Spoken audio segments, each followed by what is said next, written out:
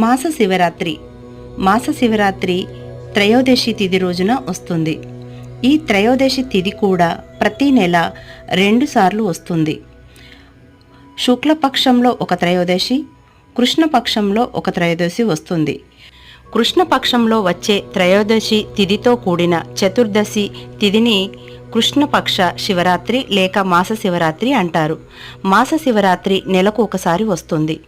ఈ రోజులో అసుర సంధ్య వేళ కేవలం శివ పూజకు ఎంత విశిష్టమో అలా ప్రతి నెలలో వచ్చే మాస శివరాత్రికి కూడా అంత ప్రశస్తం ఉంటుంది.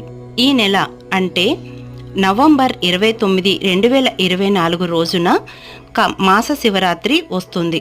ఈ రోజు చేసేటువంటి ప్రతి పూజలు, శివాలయ దర్శనాలు, భజనలు, ఉపవాసనలు, జాగరణలు చేయటము వల్ల వచ్చే ఫలితం కన్నా అధిక రెట్లు ఎక్కువగా ఉంటుందని చెబుతూ ఉంటారు. ఓం నమః